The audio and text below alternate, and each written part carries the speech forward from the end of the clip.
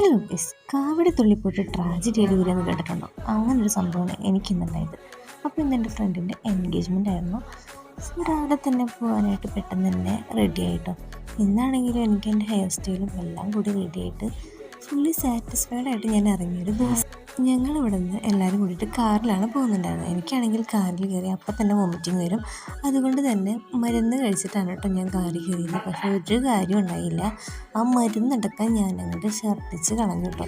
അങ്ങനെ ഫുള്ള് ക്ഷീണമായിട്ടാണ് ഞങ്ങൾ ഓഡിറ്റോറിയത്തിൽ എത്തിയിട്ടുണ്ടായിരുന്നത്. ഞങ്ങൾ എത്തുമ്പോഴേക്കും റിംഗ് എക്സ്ചേഞ്ചും കാര്യങ്ങളൊക്കെ കഴിഞ്ഞു. പിന്നെ ഞങ്ങൾ ചെന്ന വഴിക്ക് തന്നെ ഫോട്ടോ ഒക്കെ എടുത്ത് ഫുഡൊക്കെ കഴിക്കാൻ പോയിട്ടു. പക്ഷേ എനിക്ക് വോമിറ്റ് ചെയ്ത കാലം കൊണ്ട് ഫുഡ് കഴിക്കാനൊന്നും പറ്റിയിട്ടുണ്ടായിരുന്നില്ല.